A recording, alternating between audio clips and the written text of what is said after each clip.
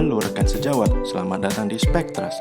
Pada kesempatan ini, kita akan mengulas sebuah film yang berjudul Liver Leaf yang ditayangkan luas pada tahun 2018. Sutradaranya adalah Eisuke Naito, dengan didukung aktris utamanya bernama Anna Yamada.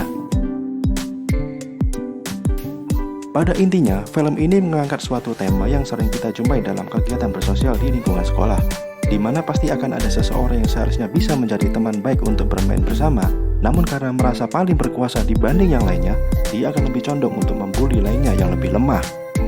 Akan tetapi tema yang diangkat dalam film Liver Leaf ini berbeda, di mana kita akan dihadapkan pada sosok korban bully yang lugu dan lemah telah berubah menjadi sosok pribadi yang menakutkan dan menghilangkan akal sehatnya demi membalas hinaan dan tindakan yang telah ia terima pedih, atau bisa dibilang menjadi sosok seorang psikopat. Tanpa berlama-lama, mari kita saksikan bersama.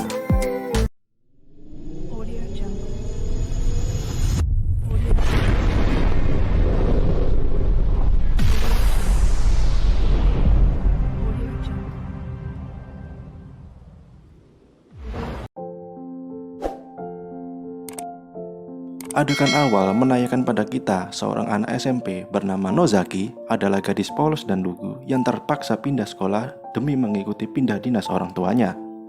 Nozaki adalah anak penyendiri dan pemurung tanpa teman di dunianya, tapi hanya satu orang yang peduli dan perhatian padanya, bernama Aiba, adalah cowok populer di sekolah tersebut.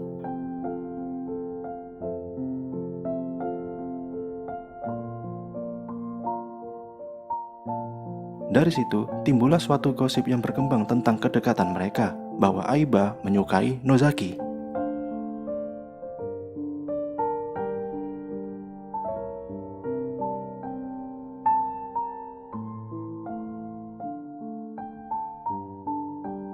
Dalam perjalanan pulang, Nozaki berjumpa dengan teman sekelasnya. Mereka adalah Taiko, Tachibana, Mishima, dan Kato. Mereka tidaklah jadi sahabat yang baik, tapi malah membulinya, karena mereka menganggap Nozaki telah merebut Aiba, sosok pria yang dicintai oleh Taiko.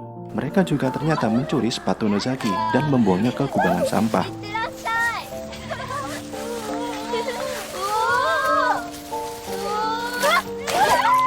Dengan berat hati, Nozaki tetap mengambilnya karena keinginan kuatnya untuk tetap bersekolah memakai sepatu tersebut. Kawan-kawannya tampak tertawa riang melihat kepedihan Nozaki dan melemparkan buku-buku yang mereka ambil dari tasnya.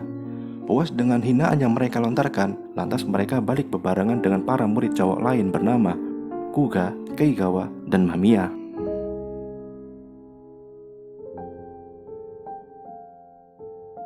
Sampai di rumah, tampak adiknya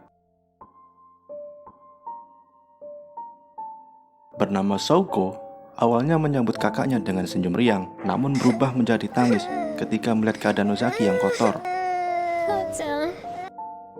Sembari dipeluk juga oleh ibu dan ayahnya.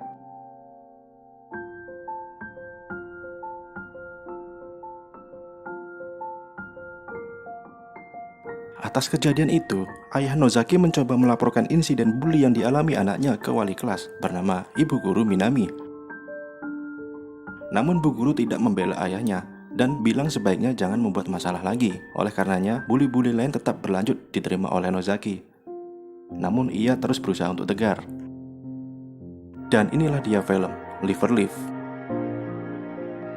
Ketika Nozaki pulang dari ruang wali kelas, sejumlah murid sengaja menendangnya dari belakang hingga terjatuh dari tangga, dan bahkan sepatu itu telah dihiasi dengan paku-paku tajam. Di saat Nozaki pulang, dia kaget dan sedih melihat kawan-kawannya lain menyakiti ayah tercintanya. Bukannya marah, si ayah yang lebih sayang pada keadaan anaknya menyarankan Nozaki agar tidak perlu bersekolah lagi.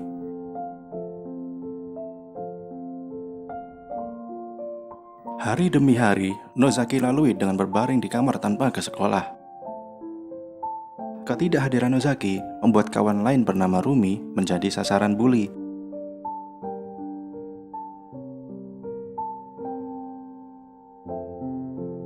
Rumi adalah sosok gadis yang egois yang bahkan mengemis-ngemis kepada Nozaki agar dia mau masuk sekolah lagi, sehingga Rumi tidak menjadi sasaran bully. Namun Nozaki menolak. Maka bulian mulai ditimpakan pada Rumi. Bukannya marah pada mereka yang membuli, Rumi malah dendam pada Nozaki yang tidak mau bersekolah. Karena merindukan Nozaki, Aiba mengajaknya berjalan berdua. Dia bercerita bahwa Aiba hanya tinggal bersama neneknya di desa kecil ini.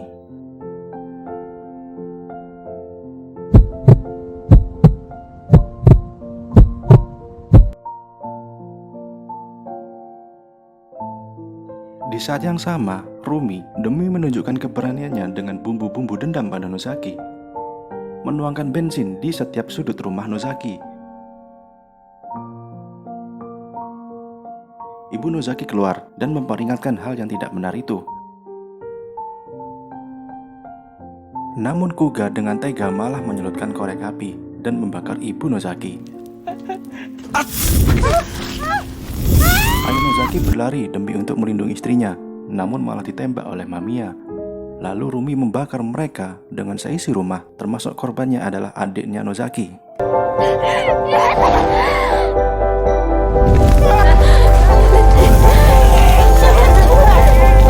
Saat pulang bersama, hening malam berubah menjadi teriakan dan tangis.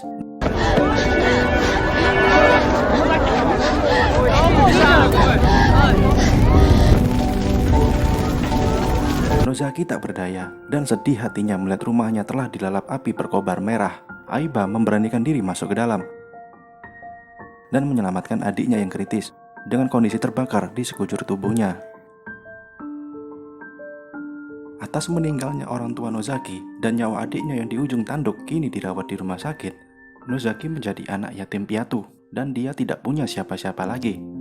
Keluarga yang ia kasihi tiba-tiba meninggalkan ia sendiri, sehingga kakeknya lah yang sekarang merawat Nozaki beserta adiknya. Namun bagaimanapun, kehidupan harus terus berlanjut. Nozaki memahami itu. Dibandingkan dengan pasrah pada keadaan, ia lebih memilih untuk tegar dari penderitaannya dan bersekolah lagi. Para pembuli tampak kaget melihatnya.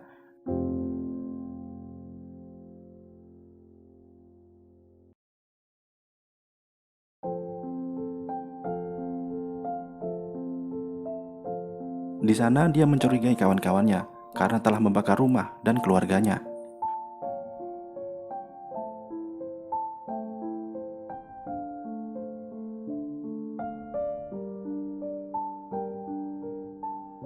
Lalu Tachibana dan lainnya mengajaknya ke kubangan sampah lalu.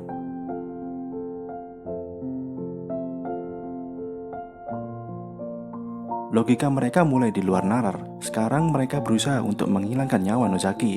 Tachibana memaksa Nozaki agar ia melakukan bunuh diri.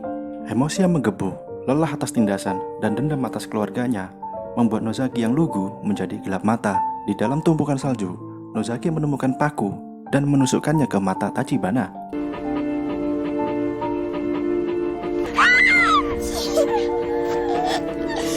Hanya itu, dia memukulkan balok kayu yang ia temukan ke Tachibana hingga berkali-kali.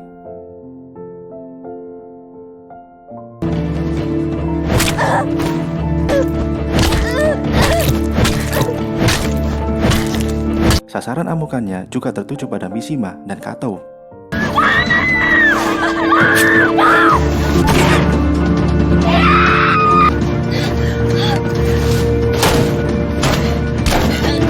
Dan mereka semua pun tewas di tangan Nozaki secara mengenaskan. Nozaki yang telah menjadi sosok psikopat mulai berburu para pembunuh keluarganya. Kali ini dia menjumpai Kuga.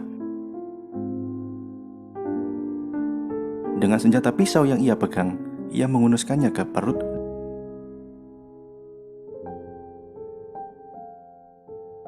dan wajah Kuga. Kuga mencoba kabur, namun ia terpeleset jatuh ke jurang hingga kakinya patah. Kuga pun akhirnya tewas di sini. Saat Nozaki berjalan menyusuri hutan bersalju, dia diserang oleh Keigawa dan Mamiya. Tembakan Mamiya meleset dan Nozaki sempat kabur. Sesaat kemudian, Keigawa menemukan dan menyerang Nozaki.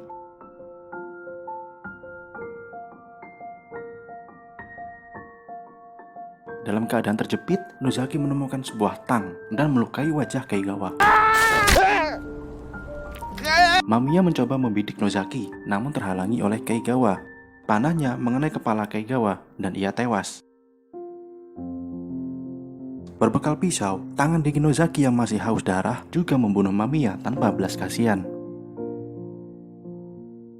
Tersisalah Rumi. Ia bertanya-tanya kenapa teman-temannya mulai tidak kelihatan batang hidungnya semenjak insiden pembantaian keluarga Nozaki. Ia mencoba memeriksa kubangan sampah lalu. Dan benar saja, dia menemukan 3 jasad temannya yang telah dibunuh oleh Nozaki. Temuan itu Rumi beritahukan kepada Taeko. Taeko tidak merasa khawatir sama sekali. Karena selama ini, dia tidak berbuat jahat apapun kepada Nozaki. Di setiap siksaan yang Nozaki terima, Taeko hanyalah melihatnya dari jauh.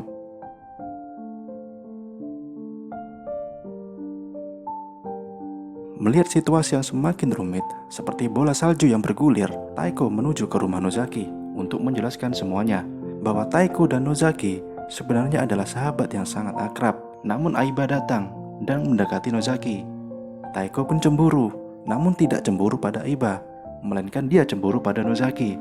Seiring berjalannya waktu, Nozaki lebih menghabiskan banyak waktunya pada Aiba. Persahabatan mereka pun mulai retak, namun Taeko memilih diam dan memendam amarahnya pada Nozaki. Dengan tak bisa menahan tangisnya, Taeko meminta maaf pada Nozaki atas semua pedih yang ia terima. Di perjalanan pulang, Taeko tiba-tiba diserang oleh Rumi. Rumi ternyata adalah sosok gadis yang sangat mengidolakan Taeko. Dia rela berbuat apapun demi Taeko senang, termasuk salah satunya menyiksa dan membakar rumah Nozaki. Rumi sangat kecewa melihat sosok yang ia idolakan ternyata malah bertukuk lutut meminta maaf pada Nozaki.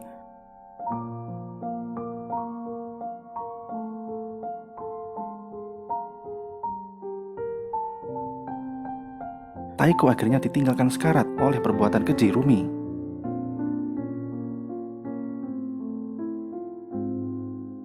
Aiba menelepon Nozaki bahwa ia berharap bisa ikut Nozaki ke Tokyo dan tinggal bersamanya.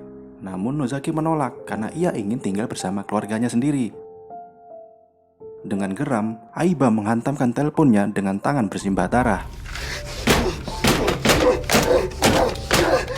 Aiba yang dikenal baik ternyata adalah sosok pria psikopat yang menghalalkan segala cara agar keinginannya terwujud. Termasuk ia telah membunuh ayah, ibu, dan sekarang neneknya sendiri agar Aiba bisa tinggal bersama Nozaki. Atas alasan penolakan Nozaki, yakni ingin tinggal bersama keluarga, maka kali ini Aiba menyerang kakeknya Nozaki hingga sekarat. Dengan begitu Aiba bisa hidup bersama dengan Nozaki. Nozaki berlari mengejar Aiba.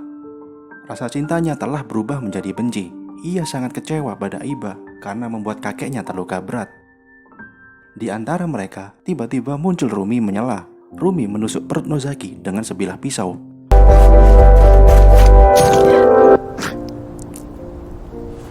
Sungguh marah hati Aiba melihatnya.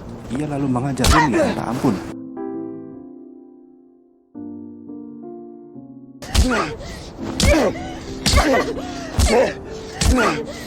Dan menghabisi nyawa Rumi. Nozaki tak sengaja melihat foto yang diabadikan oleh Aiba. Saat-saat di mana ayahnya terbakar ketika melindungi adiknya. Menyaksikannya, amarah Nozaki memuncak. Seandainya saja Aiba langsung saja menyelamatkannya, mungkin adiknya tidak sekritis ini. Aiba beralasan ia terharu dengan momen heroik yang dilakukan oleh ayah Nozaki sehingga ingin memfotonya. Nozaki lantas berusaha menyerang Aiba. Aiba tak menyangka tindakan itu dan ia berganti menghajar Nozaki. Aiba berhenti sejenak dan ingin memfoto Nozaki yang sedang sekarat. Dalam tumpukan salju, Nozaki menemukan senjata panah milik Mamiya. Dan dengan segenap kekuatan tersisa, dia menembakkannya ke arah Aiba.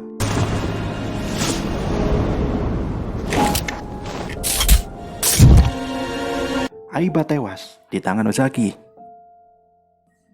Dan di akhir cerita, karena telah kehilangan banyak darah, Nozaki pun akhirnya meninggal dunia.